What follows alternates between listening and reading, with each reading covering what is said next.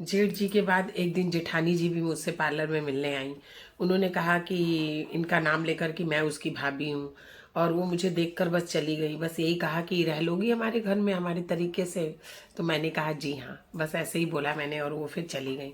उसके बाद एक दिन अचानक दोपहर का समय था दोस्तों, और मैं इस हालत में थी। ये देखिए मेरा ड्रेस, मैं ऐसे ड्रेस पहन के पार्लर में थी।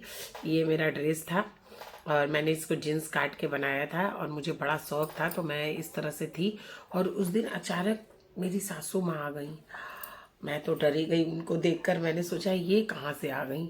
तो मेरे से कहती हैं कि खाना वाना बनाने आता है, काम करने आता है घर का, खाली ब्यूटी पार्लर ही करती हो कि घर का काम भी करती हो। तो मैंने कहा मैं सब घर का काम करती हूँ।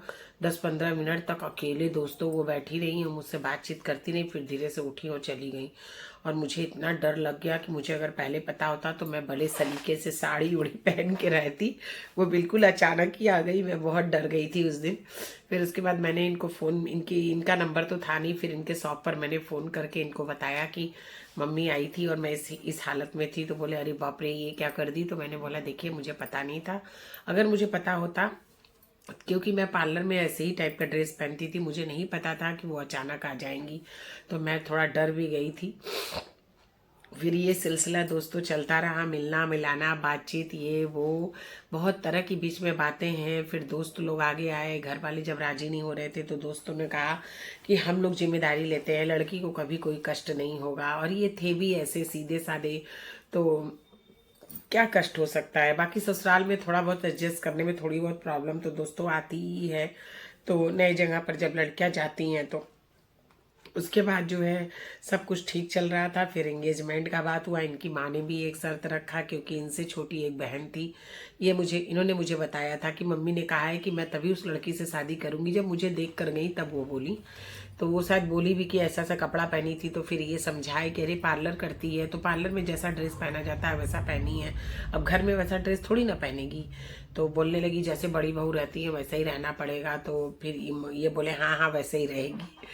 तो उसके बाद मेरे घर में दोस्तों पर्दा बहुत था, और मेरी शादी की कई मतलब सालों तक मैंने यहाँ तक घूंघट किया है, मुझे कोई देख नहीं पाता था, मैं ऐसे घर में रहती थी। और आप समझ सकते हैं कि मैं ऐसे घर से आज़ाद घर से आई थी, और हम लोग को इतना फ्रीडम था और हर तरह का ड्रेस पहनना घूमना फिरना था, तो मैंने कैसे एडजस्ट किया होगा ससुराल में। लेकिन मैं करती थी दोस्तों, क्योंकि मैं जानती थी कि ये ससुराल है, मेरा घर नहीं है। तो जो है उसके बाद ये हुआ कि अब इंगेजमेंट का डेट निकाला जाए, इंगेजमेंट किया जाए इन लोगों का। तो अप्रैल में मेरा इंगेजमेंट हुआ था। अभी देखिए अप्रैल के बाद नवरात्रि आ रही है ना, बस 3 महीने बाद ही मेरी मैरिज का डेट पड़ गया था। और मेरे सारे रिश्तेदार आए थे मेरी शादी में, खूब धमाल हुआ था, खूब सबने एंजॉय किया था। किसी को ऑब्जेक्शन नहीं था दोस्तों कि ये अनकास्ट शादी हो रही है। बस कुछ दुष्ट लोग होते हैं ना, जो हर कहीं पे भी अड़ंगा लगाते हैं, वही लोग ऐसे थे जो बात को इधर उधर कर रहे थे। बाकी किसी को कोई फर्क नहीं पड़ रहा था, ना ही इस फैमिली को ना ही मेरी फैमिली को। हम लोग अपनी तैयारियों में लगे थे, और धूमधाम से बहुत ही अच्छे तरीके से मेरा एंगेजमेंट हुआ था। और एंगेजमेंट के बाद मेरी बहुत ही अच्छे तरीके से शादी हुई थी। और मैं जब घर में आई तो मैंने देखा कि इनकी बहुत छोटी फैमिली थी, इनकी 3 बहनें थी, और एक हमारी जेठानी जी थी जो गांव एरिया से आती हैं, वो भी बहुत सिंपल और सीधी तरीके से रहने वाली थी। पर थोड़ी बहुत उतार चढ़ाव तो लाइफ में लगा ही रहता है, और अगर आप उस बैकग्राउंड से नहीं आते हो तो भी आपको दिक्कत होता है। तो मैं उस बैकग्राउंड से नहीं थी, तो इसलिए मुझे थोड़ी सी परेशानियों का सामना करना पड़ा। तो दोस्तों ऐसा है कि मैरिज के बाद भी बहुत तरह की प्रॉब्लम आती है, लड़कियां एडजस्ट होने में थोड़ा समय लगाती हैं। ये मैं आपको नेक्स्ट वीडियो में बताऊंगी कि बाकी की मेरी लाइफ जब मैं यहाँ आ गई तो कैसी थी, और यहाँ से मेरा संघर्ष, जो नया संघर्ष शुरू हुआ, वो कहीं ना कहीं ये भी कह सकती हूँ कि ख़त्म हो गया है, अब वो नहीं है। बहुत सारी चीज़ें बदल गई हैं, पर बहुत सारी चीज़ें अभी भी हैं। और ये तो लगा ही रहता है, क्योंकि कहते हैं ना कि शादी के बाद दूसरा, औरतों का दूसरा पारी शुरू होता है, दूसरा जीवन शुरू होता है।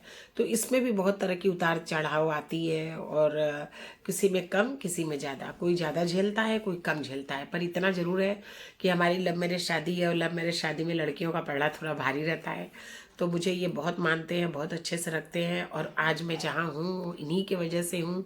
मैं बहुत बहुत ईश्वर का शुक्रिया अदा करती हूँ कि भगवान ने मुझे ऐसा पति दिया है। कोई ज़्यादा रोक टोक वो नहीं करते हैं, और जब कभी करते हैं तो मैं झगड़ा करके अपनी बात मनवा लेती हूँ। यहाँ मेरी ही विजय होती है, उनकी विजय बहुत कम होती है। वो बहुत ही सिंपल और सीधे साधे रहने वाले हैं। पहले तो थोड़ा बहुत थे भी, पर अब वो बहुत सिंपल, दुकान और घर, बस यही है उनका। और मैं तो बहुत सोशल हूँ, बहुत जगह जाती हूँ, बहुत लोगों से मिलती हूँ। अब मेरी सासू माँ है नहीं, बहुत अच्छी थी मेरी सासू माँ, बहुत दिनों तक उनका साथ रहा। मैं नेक्स्ट वीडियो में बताऊँगी कि शादी के बाद की मेरी लाइफ कैसी थी और मैंने यहाँ एडजस्ट कैसे किया। मेरी कहानी सुनकर बहुत लड़कियों को ये होगा कि मैं भी एडजस्ट कर सकती हूँ जैसे मैंने किया है। अब मैं आपको कुछ पिक दिखा देती हूँ, जैसा कि मैंने आपसे कहा था कि मैं आपको पिक दिखाऊंगी। कोई पिक दिखा दे रही हूँ आपको। चलिए मैं आपको थोड़ा पिक दिखा देती हूँ।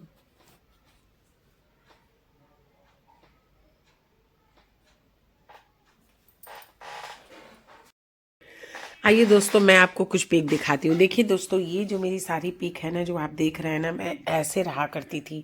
मैं शादी के पहले बहुत ज़्यादा फैशनेबल थी और मुझे बहुत तरह तरह के ड्रेस पहनना पसंद था। आज भी मैं करती हूँ। आज मुझे ऐसे अच्छे पति मिले हैं कि वो मुझे कोई रोक टोक भी नहीं करते हैं, तो मैं हर तरह का ड्रेस आज भी पहनती हूँ। पर ये मेरी शादी के पहले की कुछ पिक्स है, और ये ड्रेस था वो जो मैं शादी में पहनी थी, जैसा मैंने कहा, माधुरी दीक्षित वाला।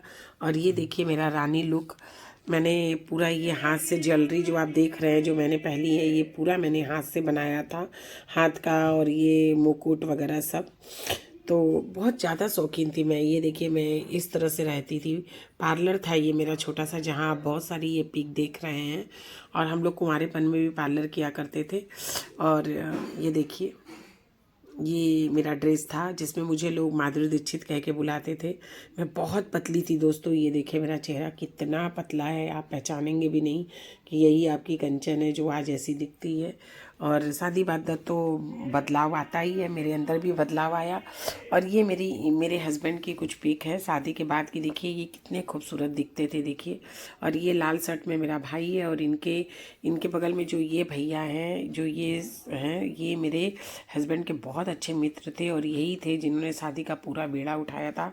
और अगर ये लोग नहीं होते, 3-4 दोस्त इनके नहीं होते, तो शायद आज मेरी शादी नहीं होती।